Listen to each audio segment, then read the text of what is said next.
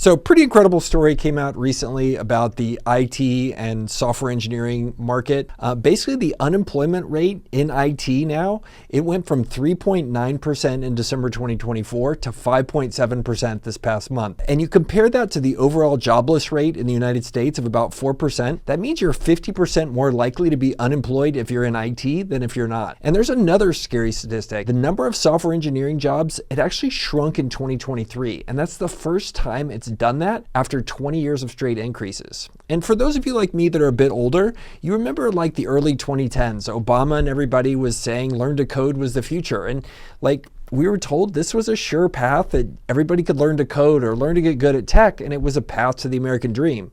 But now suddenly software is not eating the world like it did before, and stuff has changed. So what the heck has happened? What is going on with the IT market? What is the impact on us as small business owners and entrepreneurs? And what does the future look like for tech in general? That's what this video is about. Hi, my name is Michael. If you're new here, I do this channel and I talk about and explain the world of business for people like me who are entrepreneurs and on the path to be entrepreneurs. So been doing it for 30 years, been a CEO, hired hundreds of people, started some companies, shut down some companies, and learned a lot in between. And I use this channel to teach people a lot of the stuff I've learned and share stories from the world of business and translate those into things and lessons we can put in practice. If you want to get into that kind of stuff, please subscribe.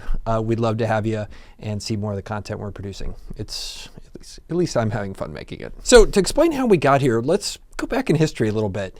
Computer programming, well, it's always been an in-demand profession. Computers were like a significant source of productivity across everything, right? If you could hire and bring in like tech folks to bring in technology to your company, you could just get a lot more efficient in terms of taking care of your customers. It's always been a great way of building value. And since stamping out more computers every year in some factory was easier than making new programmers, which are human beings after all, the demand for programmers grew year after year, often exceeding the supply. And it was common for developers to earn 2 to 2.5 times the average wages in the US, well into the 6 figures.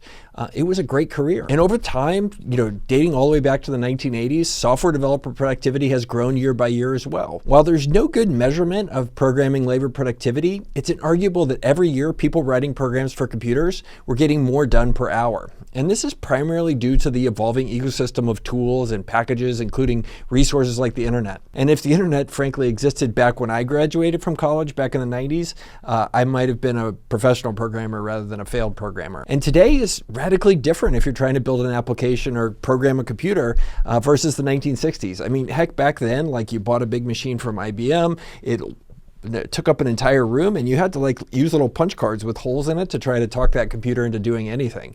And it's radically even different from 30 years later when I was a young programmer and working in tech, when you had to put everything on little floppy disks. Now you talk to some kid, who grew up in the age of the internet, they don't even know what a floppy disk is. So at the beginning of this video, I talked about how we've been through a almost 20-year boom in the IT market. And believe it or not, what actually started all this was the Great Recession of 2007 and 2008. At that time, for those of you old enough to remember it, unemployment hit nearly 10% by the year 2009. And the government and industry, well, they looked up and they had a problem. We had 73 million young millennials, the second biggest generation in history in the United States, coming into the workforce. And we had a US economy where manufacturing was leaving, or at best not growing in terms of producing jobs.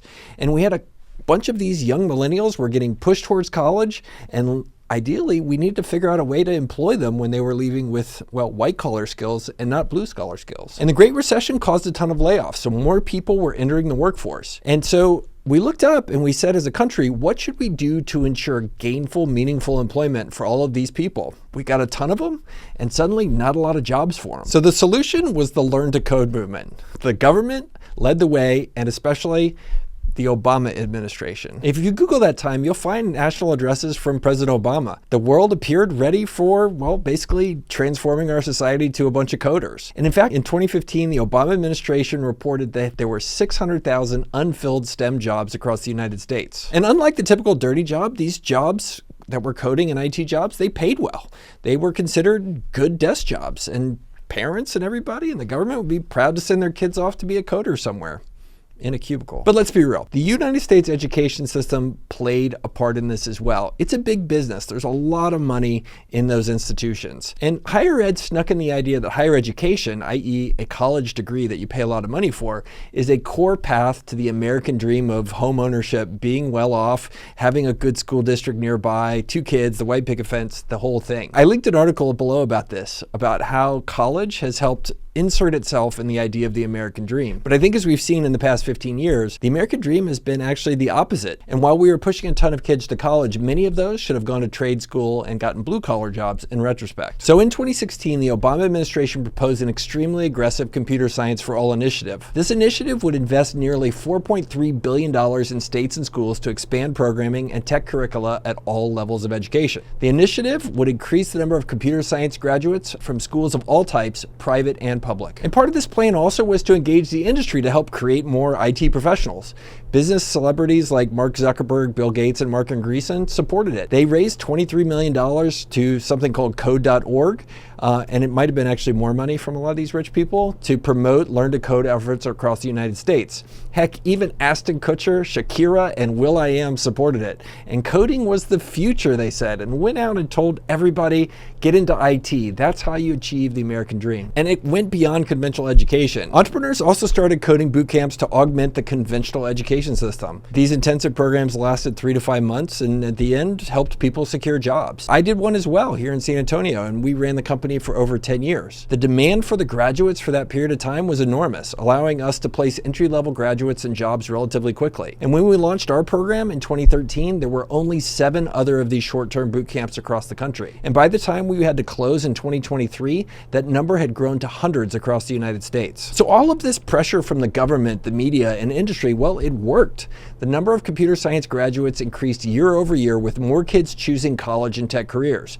Between 2015 and 2020, the number of computer science graduates from US colleges doubled, growing from 25,000 to 50,000 a year. Then, like many things that have totally changed and gone upside down in our country, the pandemic came in 2020, and money was pumped into the economy. We saw so much stimulus money come in to try to make sure demand didn't fall off a cliff and people kept their jobs. And that money, well, it went too far. Every company was seemingly pushed to meet the demand from consumers who suddenly had dollars in their pockets ready to spend. And tech job postings went through the roof to respond, as companies were basically desperate to hire. Do you have a pulse? Well, many people got hired into all kinds of roles inside of tech. But as I said before, the stimulus worked too well, and it went too far. And then, like many stories on this channel, when the money stopped, the music stopped. And coding has gone from a surefire path to a high-paying American dream job and become an incredibly tough profession for many to get hired. So what's happened? Well, we talked about how supply has grown, well, just by leaps and bounds, by these efforts put forward by the Obama administration, government, and industry. But demand is also shrinking. First, COVID brought the offshoring trend to the mainstream. Suddenly, companies started to look overseas first when hiring programmers. And now, over 60% of US companies have at least one function offshored, done by, well, non-American workers. For me, my friends around me began to look at overseas developers first and foremost. They never even considered hiring US talent. It was bizarre to watch. The second thing that's affecting demand is software keeps evolving and getting better. The stuff you can buy off the shelf and deploy inside of your company or, well, on your phone as a consumer, each year it's getting easier to just buy things out of the box and run it. You don't need to go hire a bunch of computer programmers to deploy it. Plus, organizations are learning how painful custom software development is. Seemingly everywhere I turn, people's custom software projects are broken or frustrating, or they're getting fired because of them. A survey recently showed that only 29% of custom software projects are described as a success.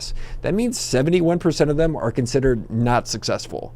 Look, that's horrible, and eventually word gets around that people just are scared of custom software and therefore not hiring as many programmers. Third, organizations, well, they're downsizing and retrenching and flattening. The economy slowed in 2023, and the excitement around some of the novel technologies like virtual reality or blockchain, well, those things went away. Programming job seekers flooded the market in 2023 when layoffs happened at big companies, creating a cascade down where even entry-level jobs were getting dominated by senior-level programmers applying for them. And in 2023, about 200,000 tech workers in the United States were laid off. And that's more than twice the number that happened in 2022, and an order of magnitude more than happened in the last tech recession just after the year 2000. And these layoffs impacted many companies, including Amazon, Microsoft, Meta, and Alphabet, who basically dumped a bunch of very highly qualified folks onto the market. And those people went looking for jobs, which puts pressure on the market. And in terms of my world, you had people with 7 years of experience making $140,000 at startups competing for junior roles at local, highly established companies. And those jobs might pay $70,000 a year. And why would they take a big pay cut like that? Well, those experienced people with families, they wanted stability and good health insurance. But wait, there's more in terms of the demand for programmers and IT folks going down. AI is coming. And many people are saying that AI has the potential to make programmers obsolete. Are they right? Well, kinda. And the one thing that never stops and never changes about technology is it doesn't stop moving. It's consistently evolving. And look, when I graduated with a computer science degree back in 1997, programming, well, it was just a lot more difficult than it is today. I realized one thing quickly. I didn't have the mind for the details required to be a professional programmer, and it certainly wasn't fun for me to stare at a screen all day. Since then, the tools that are used in the art of programming have gotten better and better. You can go look up entire code snippets online, or you have tools that basically click a button and the shell of an application comes out. Back in my day, it was impossible to do those things. You had to hope that the local Barnes & Noble bookstore had a book that was up to date on what you wanted to know, and then you had to go drop $30 to hopefully get something you could then retype into the computer and hope it would work for you. And all that makes individual programmers just so much more productive than they were just a few decades ago. And so this is how you should think about AI in terms of how it's going to affect technology. So it's a natural progression of tools getting better and making it easier to program and be productive when you're trying to tell a computer what to do as a software engineer. And the thing that was stupid and hard in the early days were punch cards and research and all that stuff. I mean, we didn't even have the internet to look up questions. So AI should be thought about as like a natural next step. People think it's going to replace programmers and the computers are going to program themselves. And I actually think it's the opposite. It will actually make more people into computer programmers. And the logic behind this is somewhat simple. With AI, the barrier to being a quote unquote software engineer or programmer, it changes. And look, when I came up learning how to program, you had to go learn like an arcane programming language to be able to, well, speak to your computer and tell it what you wanted to do. Computer. Ah. Hello, computer. So the people that basically became programmers, they were kind of these high priests that understood the interiors of the computers and understood the language that it spoke. Now with AI, folks like yourself and myself, we can write programs that were more like managing someone. And you can do all of that in plain English. And so when that happens, today's programmers will look a lot more like managers and executives than, well, today's coders who understand some specialized language. And more programmers, in the end, will mean more valuable software. Well, in theory. And we're seeing this trend already. Recently, a thinker around AI, this guy named Alberto Romero, he suggested that the differences between the performance of AI models is much less important than the difference between people's ability to use them well. And you know what that sounds like? The exact way we talk about programmers. There's this idea of 10x programmers who can produce 10 times the amount of output as a normal average programmer. They're just that good at what they do. We're seeing that same thing happen in people's ability to use AI and use it well. And so we're seeing that sophisticated user of AI, like any skilled worker, will produce much more than a novice. So ironically, people have been declaring the demise of the programming profession for decades. If you go back and look at the 80s and 90s, there were tons of magazine articles that talk about how this latest technology was going to make the programmer obsolete. And look, it's been easy for somebody looking at it from a very micro standpoint to think that tooling and infrastructure keeps getting better to the point, well, you don't need these people anymore to program computers. But what did we get instead? We got more and more programmers and more software becoming more and more important in our world year after year. And that trend will absolutely continue. What do you think? Let me know in the comments below.